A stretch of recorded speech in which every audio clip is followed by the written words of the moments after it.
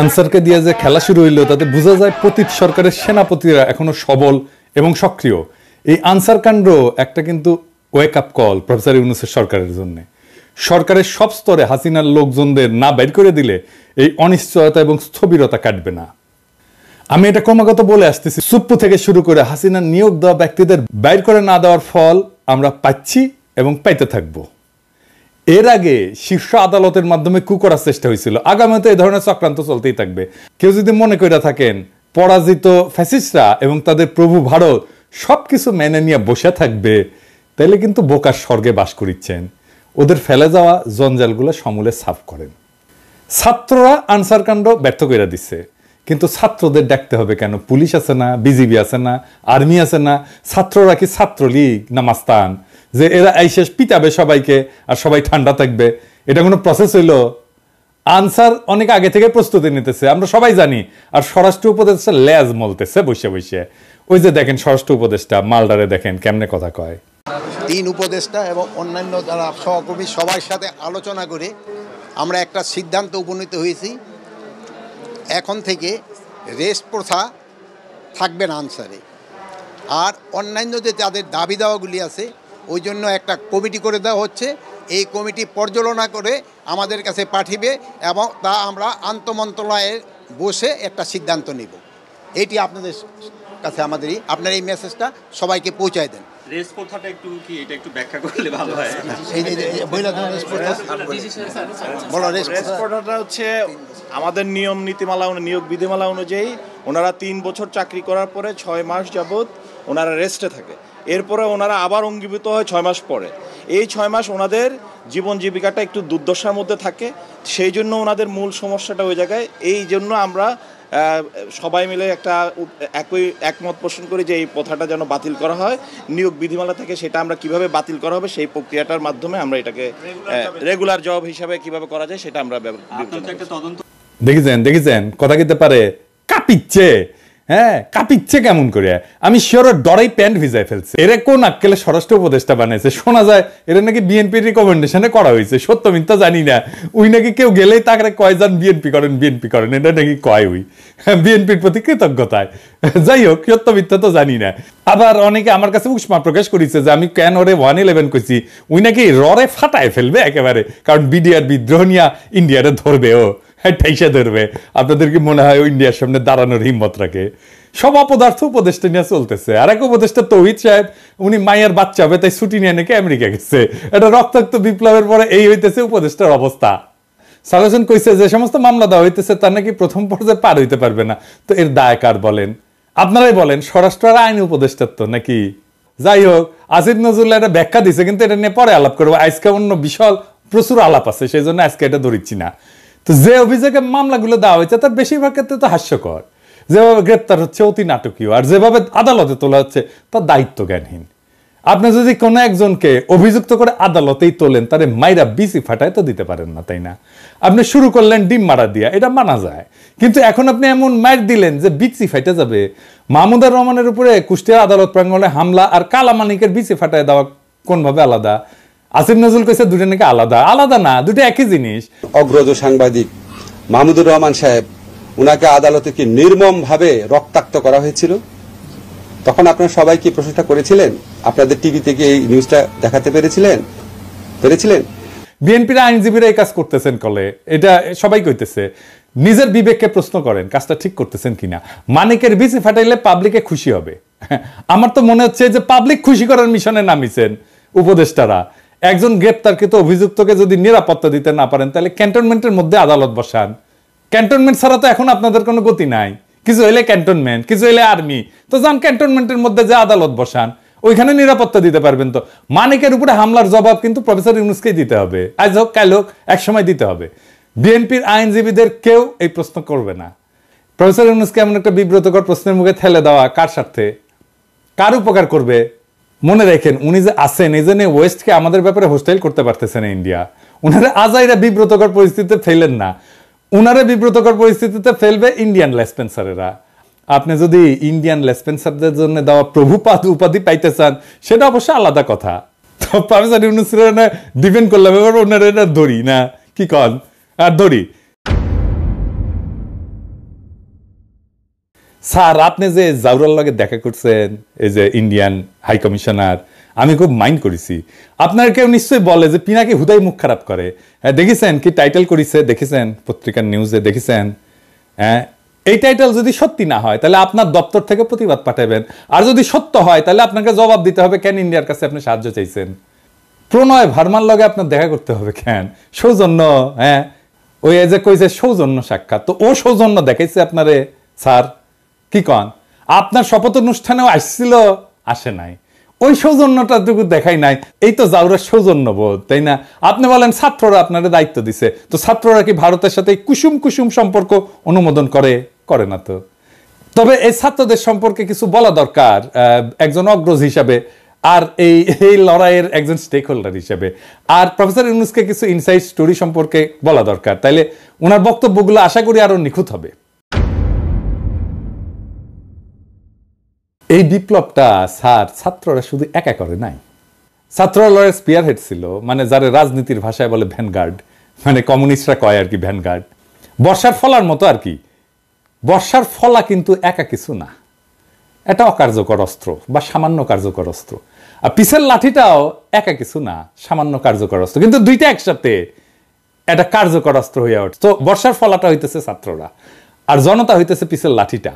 ছাত্রদের সাথে জনতাও নামছিল, ব্যাপকভাবে নামছিল। শুধু বিশ্ববিদ্যালয়ের ছাত্র না, মাদ্রাসার ছাত্ররা নামছিল, শহীদ হয়েছে কাতারে কাতারে। কে নামে নাই? রিকশাওয়ালা, গার্মেন্টস ওয়ার্কার, জামাত, বিএনপি, হেফাজতের কর্মীরা, আবু সাইদকে শিবিরের সাথী। তো গত 15 বছর ধরে যারা লড়াই করছে তাদের রক্ত অশ্রু কান্নার উপরে দাঁড়ায় আছে এই লড়াই। এই লড়াই দাঁড়ায় নাই, এই লড়াইকে আকাশ থেকে পড়ছে, হঠাৎ করে বিজয় আসছে। আবু সাইদ যে বুক চিতায় দাঁড়াইছে, এই দাঁড়ানোটা প্রথম কে দাঁড়াইছে বাংলাদেশে? দেখেন তো এই ছবিটা, গার্ডিয়ানে ছাপা হয়েছিল, বিএনপি কর্মী। তারা এইভাবে অসংখ্যবার দাঁড়াইছে। মুক্তিযুদ্ধ যেভাবে আওয়ামী লীগ কুক্ষিগত করেছিল, জনতার বিজয়কে আওয়ামী বিজয় রিডিউস করছিল, সে একই কাজ কইরেন না।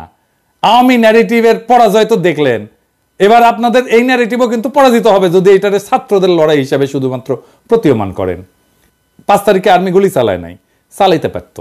চালাইলে কি হইতো, প্ল্যান কি ছিল? প্রফেসর ইউনূসকে জিজ্ঞেস করেন। আমি ওনারে একটা কাজ করতে রিকোয়েস্ট করছিলাম, স্যার তো জানেন আপনি, যাতে আর্মির গুলি করা ঠেকানো যায়।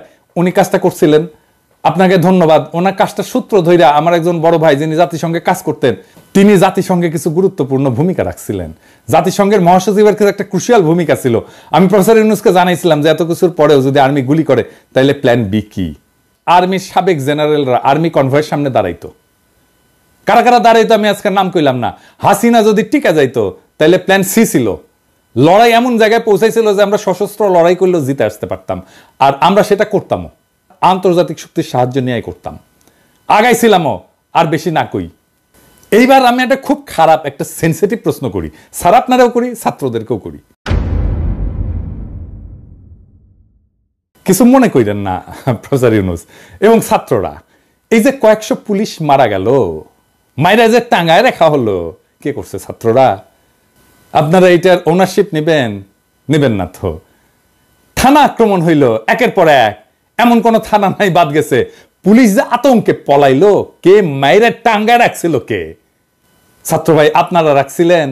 হ্যাঁ, কে করলো এটা নিশ্চয়ই বুঝতে পারতেছেন। এই বিপ্লবী সহিংসতা কোনো র্যান্ডম ঘটনা না, আর এইগুলো ছাত্ররা করেও নাই।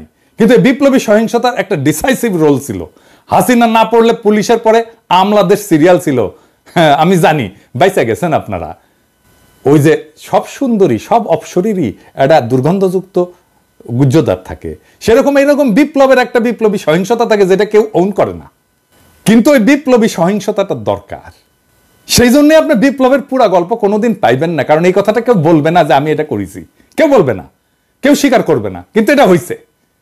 যাই হোক, তাই সবাইরা বাদ দিয়ে একটা গ্রুপকে মহিয়ান করে তোরা কৌশলকে বাদ দিতে অনুরোধ করি। তরুণ ছাত্র নেতা এবং উপদেষ্টা পরিষদের জন্য সামনে কিন্তু বিপদ আছে। বিপদটা কি আমি একটু বলি, খুইলা বলি। ছাত্ররা একটা শক্তি, সত্য, কিন্তু ছাত্র নেতারা ডিসপোজেবল কথাটা শুনে আবার মাইন্ড করেন না। ছাত্র নেতাদের শক্তি অতি ক্ষণস্থায়ী। আমিও ছাত্র নেতা ছিলাম, আমিও ঠিক 90-এর অভ্যুত্থানের নেতা ছিলাম। হাজার হাজার ছাত্রকে ডাক দিলে এক কাতারে আনতাম। এখন ওই ছাত্রদের আনতে পারবো না, কারণ তারাও ছাত্র নাই, আমিও নাই। ওদের সবার সংসার হয়েছে।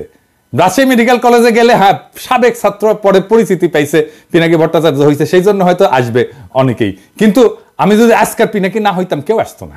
ছাত্র নেতার তার যে কনস্টিটিউয়েন্সি সেটাতে খুব অল্প সময় থাকে, খুবই অল্প সময় থাকে। ওই যে জায়মান অক্সিজেন বলে কথা আছে না, সামান্য সময় থাকে, ওই রকম জায়মান তার শক্তিটা। এই যে 90-এর অভ্যুত্থানের অগ্রপথিক ছাত্র নেতারা, এই যে দেখেছেন ওনারা কোথায়। এই যে বিচিত্রার প্রচ্ছদ প্রতিবেদন হয়েছিল, আমাদের সময় বিচিত্রার প্রচ্ছদ প্রতিবেদন হওয়া মানে বিশাল বিশাল ব্যাপার। বিচিত্রার প্রচ্ছদ প্রতিবেদন হয়েছিল, ওনাদের ছবি দেয়া, ওনারা কোথায়? কোথাও নাই। অথচ উনাদের কথায় তখন দেশ চলতো। এরশাদের পতনের পরে বাংলাদেশের ছাত্র নেতাদের মধ্যে 4 খলিফার চাইতে বড় ছাত্র নেতা আসে নাই। ওনাদের গত 40 বছরে কোনো বেল ছিল রাজনীতিতে? ছিল না। এখন আজকাল ছাত্র নেতারা ডাকলে হাজার হাজার ছাত্র আসে। ঠিক 5 বছর পরে ওই ছাত্র ইউনিভার্সিটি থেকে বাইরে গেলে সেই একই বাগানে আসবে নতুন কুড়ি। শুধু সেদিনের মালি থাকবে না, ছাত্র রাজনীতি কফি হাউসের সেই আড্ডা, বুঝছাও, এটা থাকে না। বারবার ছাত্রদের সামনে আইনা জনতাকে যে সামনের কাতার থেকে পিছে ঠেলে দেওয়া হইতেছে, তার সবচেয়ে বড় ভিকটিম হবে ছাত্র নেতারাই। তারা শক্তিহীন হইয়া পড়বে। রাজপথে ছাত্র জনতার বিপ্লবী ঐক্য হাসিনাকে পরাস্ত করছে, শুধু ছাত্ররা করে নাই। ক্ষমতা জিনিসটাকে আজকের ক্ষমতাবানদেরকে বুঝতে হবে খুব খেয়াল করে, কারণ এটা না বুঝলে আপনি ক্ষমতাকে ম্যানেজ করতে পারবেন না। কারণ ক্ষমতা খুব ডেঞ্জারাস জিনিস। আমি আপনাদেরকে বিপ্লবের একটা এক্সাম্পল দিয়ে দেখাই। ক্ষমতা কিভাবে বিপ্লবকে ধ্বংস করে দিতে পারে। রুশ বিপ্লব টেকেছিল, টেকে নাই। এত বড় সফল বিপ্লব টেকে নাই কেন জানেন? কারণ লেনিন নিজে ক্ষমতাকে কিভাবে ডিল করবেন, জনতার সাথে কিভাবে পুনঃসম্পর্ক স্থাপন করবেন, জনতাকে দিয়ে কিভাবে বিপ্লবকে ওন করাবেন, সেটা বুঝতে পারে নাই লেনিনের মতো প্রখর রাজনৈতিক মেধার লোক। ক্ষমতা এসে বিপুলভাবে অজনপ্রিয় হয়েছেন লেনিন আর তার নিজের দল মাত্র কয়েক মাসের মধ্যে। এটার সাথে বাংলাদেশের আগস্ট বিপ্লবের মিলটা ধরাই দেব, মজা পেবেন। রাশিয়া বিপ্লব হইল, লেনিন ক্ষমতা নিলেন, তারপর একটা নির্বাচন দিলেন কয়েক মাসের মধ্যে এবং গোহারা হারলেন। বিরোধী দল পেল 40% ভোট আর সে পেল মাত্র 25% ভোট। তারপর পার্লামেন্টে রেড আর্মি পাঠায় ওদেরকে পার্লামেন্ট ছাড়া করলেন। এটা হচ্ছে লেনিনের কেরামতি। সফল বিপ্লব করলো যেই দল ক্ষমতায়, তারপরে গোহারা হারলো। আর ওই হারার পরেই Soviet union one party state হয়ে ওঠে ধীরে ধীরে। দীর্ঘমেয়াদে শুধু বিপ্লব না, একটা প্রসপারাস নেশনকে পিছিয়ে দেওয়া হয় বহু বছর, আজকে পর্যন্ত মাথা তুলে দাঁড়াইতে পারেনি। আর একটা এক্সাম্পল দিই, শপথ নেওয়ার আগে মোস্ট প্রমিনেন্ট আর পপুলার ছাত্র নেতা কারা ছিল? আসিফ আর নাহিদ তো, তাই না? এখন মোস্ট প্রমিনেন্ট আর পপুলার ছাত্র নেতা কে? সার্জিস আর হাফনাজ আব্দুল্লাহ। কেন বুঝলেন তো? কারণ ওটা ক্ষমতার বাইরে। ক্ষমতা জনগণের সাথে নেতার দূরত্ব তৈরি করে। সব সময় ক্ষমতাবানকে জনগণ পছন্দ করে না, ক্ষমতা জনগণকে দূরে সরায় দেয়। লেনিনের মতো প্রখর রাজনৈতিক মেধা এই ক্ষমতাকে ম্যানেজ করতে পারে নাই। দুইটা দেশ পারছিল কিন্তু বিপ্লবের পরে ক্ষমতা আর জনতার মধ্যে মেলবন্ধন করতে, কিউবা আর ইরান। সেই জন্য এই দুই দেশে এখনো বিপ্লব টিকে আছে। আর এই অরাজনৈতিক এনজিও দুর্বল বুইরাদের ক্যাবিনেট পারলে ভালো, কিন্তু প্রফেসর ইউনূস তো খমিনেও না লেনিনও না। এখনই প্রফেসর ইউনূসের সরকারকে অনেকে এনজিওগ্রাম সরকার বলে। ওই যে হার্টের এনজিওগ্রাম না, ওই এনজিও মানে নন গভর্নমেন্ট অর্গানাইজেশন, আর গ্রামীণের গ্রাম মিলে এনজিওগ্রাম সরকার। হ্যাঁ বুঝছেন স্যার, আপনার সরকারকে এনজিওগ্রাম সরকার বলে। বুড়াদের লাগে এনজিওগ্রাম। এটা নতুন তরুণ বাংলাদেশ করতে পারবে না। আপনার ক্যাবিনেটে 2 জন তরুণ ছাত্রকে নিয়েছেন, আমি প্রথম দিন এটা অ্যাপ্রিসিয়েট করছি, বলছি যে এটা ভালো কাজ হয়েছে। আপনি সবাই নেন তরুণ, সবাই সব উপদেষ্টারা তরুণ নেন, এই যে ছাত্রদের নেন, কোনো অসুবিধা নাই তো, আমরা সাপোর্ট করব, ওরা খুব ভালো পারবে চালাইতে। এর আগে ব্রিগেডিয়ার স্বাগত কইছিলেন না আওয়ামী লীগকে দল গুছাইতে, আজকে আসিফ নজরুল পিছে মুজিবের ছবি নিয়ে কইলেন আওয়ামী লীগ ঐতিহ্যবাহী দল, তার সংগঠন করার অধিকার আছে। ব্যক্তিগতভাবে আমি মনে করি কোনো রাজনৈতিক দলকে নিষিদ্ধ করার পক্ষে আমি না। আওয়ামী লীগ বাংলাদেশের স্বাধীনতা সংগ্রামে নেতৃত্ব প্রদানকারী দল, বিভিন্ন গণতান্ত্রিক সংগ্রামে এই দলটার অবদান ছিল। গত 15 বছর তারা যা করেছে সেটা তাদের ঐতিহ্যের সাথে যায় না। মানে বুঝছেন তো, এই এনজিওগ্রাম সরকারের কাম হইতেছে আওয়ামী লীগকে সাফসুতরা কইরা আবার মানুষের সামনে পরিবেশন করা। আসিফ নজরুলকে জিজ্ঞেস করেন, জার্মানিতে হিটলারের দল কি রাজনীতি করতে পারে? আওয়ামী লীগ কি ফ্যাসিস্ট দল না? আসিফ নজরুলকে জবাব দিতে হবে যে হ্যাঁ বা না বলতে হবে, জয়তে বললে চলবে না, যদি কিন্তু ইত্যাদি ইত্যাদি বললে চলবে না। কোন অথরিটিতে আসিফ নজরুল বলে যে আওয়ামী লীগের রাজনীতি করার অধিকার আছে? শেখ মুজিবের ছবি ভাস্কর্য যেই জনতা ভেঙ্গে ফেলা বিপ্লবের বিজয় ঘোষণা করেছিল, সেই নিন্দিত স্বৈরাচার ফ্যাসিস্ট হাসিনার পলিটিক্যাল আইকন মুজিবের ছবি পিছনে লাগায় যে উপদেষ্টাগরি করতেছেন, এইটা কি জনগণের অনুমোদন নিয়ে লাগাইছেন পিছে? জনগণ তো এটা ভাঙছে, আপনি পিছে লাগায় রাখছেন কেন, টেঙে রাখছেন কেন? আর একটা বিষয় একটু আলাপ করে নিই, আমাদের মিডিয়ার কিছু রেসপন্সিবিলিটি নিয়ে। সরকার গুমের শিকার ব্যক্তিদের সন্ধানে 5 সদস্যের কমিটি করছে, এর মধ্যে সাজ্জাদ হোসেন একজন। তো মানবাধিকার কর্মী এনটিভি একটা নিউজ করেছে এটা নিয়ে, এই যে দেখেন, হ্যাঁ, ওইখানে ছবি দিছে এই মালের, সাজ্জাদ হোসেনের বলে এই ছবিটা হইতেছে সুয়েটের প্রাক্তন ছাত্রলীগের প্রাক্তন সাধারণ সম্পাদক, গত 15 বছরের স্বৈরাচারের সুবিধাভোগী। তো আপনি সাজ্জাদ হোসেনকে চিনেন না? সে একজন মানবাধিকার কর্মী, আমাদের কলিগ তো, আমাদের সহকর্মী তো, তার সাথে কাজ করেছি তো। আপনি সে একজনের জায়গায় আরেকজনের ছবি দিয়ে দিবেন আর হাউকাও লেগে যাবে বিভিন্ন জায়গায়। আমার কাছে কতজন পাঠাইছে, এই যে দেখেন এই লোক গুমের হয়েছে। আরে না রে ভাই, এই লোক তো হয় নাই। হুদাই আপনি কি সাংবাদিক নিয়ে রাখছেন এনটিভিতে এই সমস্ত আউল ফাউল? এডিটর সাহেব দেখান তো এনটিভির নিউজটা দেখান, আর ছবিটা দেখান, আর ওই দেখায় দেন যে ওটা কার সাথে মিল আছে, কার ছবি ব্যবহার করেছে দেখায় দেন। এই কাজ করিয়েন না। যাই হোক, আর এটা ইস্যু নিয়ে প্রফেসর ইউনূসের আমি নজর কামনা করছি। আসেন এটা আলাপ করি। হাজার হাজার আহত জনতা ছাত্র কাতরাইতেছেন। আপনি বলছিলেন না এদের চিকিৎসা ব্যবস্থা করবেন না, তালিকা করতে পারলেন না আহত নিহতদের। আপনার উপদেষ্টাদের তো জানাই নাই কেমনে দেশ চলে, কিভাবে দেশটা ফাংশন করে, কয় হাজার আহত, 10,000 20,000, তালিকা করতে পারেন না এতদিনে। একটা হসপিটালে তো গেছে সে, তাই না? যে কোনো হসপিটালে যে কোনো আহত রোগীর একটা আলাদা ডেটাবেস থাকে, ওটা পুলিশ কেস বলে, এটা লাল সিল দেওয়া থাকে, ইনকা করে ঠাকাশ করে মেরা দেয়। তো এই পুলিশ কেসগুলোর তথ্য নিয়ে রোড ট্রাফিক অ্যাক্সিডেন্ট, সাপে কাটা আর বিষ খাওয়া, এই 3 ধরনের রোগী যদি বাদ দেন 18 জুলাই থেকে 5 আগস্টের, তাহলে আহতদের পূর্ণাঙ্গ তালিকা পেয়ে যাবেন। ওখানে ঠিকানাও থাকে, ফোন নাম্বারও থাকে। 1 সপ্তাহের কাজ, আর একটু ভ্যালিডেট করে 1 সপ্তাহ, ম্যাক্সিমাম 1 সপ্তাহের কাজ। দেশ কেমনে চলে এটা জানেই না, এইগুলারে আপনি উপদেশটা বানাইছেন। তো বানাইছেন, বানান ছাত্রদের বানাইতেন, সবগুলোই ছাত্র নিতেন, খুব ভালো কাজ করবে। আমি প্রথমে 2 জন ছাত্র বানাইছিলেন উপদেশটা, আমি কইছিলাম এটা ভালো কাজ করেছেন, আর সবগুলোরে নিতেন ছাত্র, কোনো সমস্যা ছিল না। তো যাই হোক, এই আলাপে শুধু ছাত্র না, ছাত্র জনতার এই বিপ্লবের অংশগ্রহণ নিয়ে কথা বলছি। তো আমি শহীদদের নিয়ে এপিসোডে মাঝে মাঝে শেষ করতাম। আজকে আমি যারা নিয়ে কথা বলবো সে শহীদ কিনা জানি না, কিন্তু এই আন্দোলনে সে একজন নিখোঁজ ব্যক্তি। আসেন তারে নিয়ে একটু কথা বলি। ইয়াসিন আরাফাত একজন দরিদ্র শ্রমিক, রাজধানীর ঢাকার কুড়িল এলাকায় ইঞ্জিন মেকানিক হিসেবে কাজ করতেন। একই এলাকায় ফুচকা বিক্রি করতেন বাবা আবুল কালাম। গত 18 জুলাই বিকেল ইয়াসিন আরাফাত বাবাকে ফোন দিয়ে বলে, বাবা আমি খুব বিপদে আছি। এরপর ফোনের লাইন কেটে যায়। ওই ঘটনার 1 মাস পার হলেও ছেলের সন্ধান পাননি আবুল কালাম। সন্তানের খোঁজে বিভিন্ন জায়গায় ঘুরে বেড়াচ্ছেন। অন্যদিকে নিখোঁজ থাকার পর অনেকে ফিরতে শুরু করেছেন পরিবারের কাছে, কিন্তু ইয়াসিন আরাফাত ফেরেনি। কেউ তার খোঁজ নেয়নি, কেউ ফেসবুকে লেখেনি, তাকে নিয়ে কোনো পত্রিকা স্টোরি করেনি। করবে কেন? সে তো আর এলিট না, নিতান্তই সাধারণ শ্রমিক, যারা কোনো প্রতিদানের আশা ছাড়াই লড়াইয়ের মাঠে নেমেছিল। কোনো কোটা না, কোনো চাকরির ন্যায্যতা না, নিতান্তই সে হাসিনার নির্মম শাসনের বিরুদ্ধে, ছাত্রদের উপরে চলা নির্মম ফ্যাসিস্টের আক্রমণে বিক্ষুব্ধ হয়ে পথে নেমেছিল। সম্ভবত তার জীবনটাও দিয়ে দিয়েছে। তারপরে বেওয়ারিশ লাশ হয়ে কোথাও দাফন হয়ে মাটিতে মিশে গেছে এতদিনে। তার বাবা কাঁদতে কাঁদতে ছেলেকে খুঁজছে। তার কান্নাও একদিন শুকিয়ে যাবে। বিপ্লবের এমন অসংখ্য শহীদ অগোচরে থেকে যাবে। এইসব জানা অজানা অসংখ্য শহীদদের রক্ত মারিয়ে যারা ক্ষমতার মসনদে বসলেন, তারা এই ফ্যাসিস্টকে সাফসুতরো করে আবার আমাদের পরিবেশন করবেন। হাসিনার অনুগতদের দিয়ে প্রশাসন চালাবেন। পিছনে ফ্যাসিস্টের আইকনের ছবি ঝুলিয়ে একটুও গ্লানিতে ভুগবেন না। ইয়াসিন আরাফাতের বাবা আবুল কালামের জীবনটা এক অসীম দুঃখে ডুবে গেছে। প্রত্যেকদিন সকালে হয়তো তিনি ঢাকার কুড়িলে যান, যেখানে একসময় তার ছেলে ইয়াসিন আরাফাত কাজ করত। পুরনো স্মৃতির টানে তিনি প্রতিদিন সেখানে যান, যেন অলৌকিকভাবে ছেলেকে দেখতে পাবেন হঠাৎ। কিন্তু ইয়াসিন আরাফাত ফেরে না, আর কোনোদিন সে ফিরবে না। আবুল কালামের চোখের পানির কোনো শেষ নেই, সেই জন্যই তিনি কাঁদেন, অবিরাম কাঁদেন।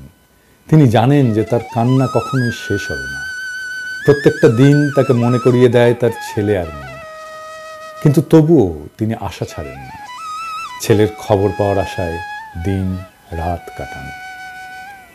এদিকে ক্ষমতার খেলার মঞ্চে এই সাধারণ শ্রমিকের আত্মত্যাগ কোথাও স্থান পায় না। অন্যদের মতো ইয়াসিনেরও কোনো স্বীকৃতি নেই। তার জীবনটা যেন একটা নিষ্ফল স্বপ্নের মতো। তার বাবা আবুল কালাম নিজের চোখের জল দিয়ে সেই স্বপ্নকে কবর দিয়ে যাচ্ছেন প্রত্যেক দিন।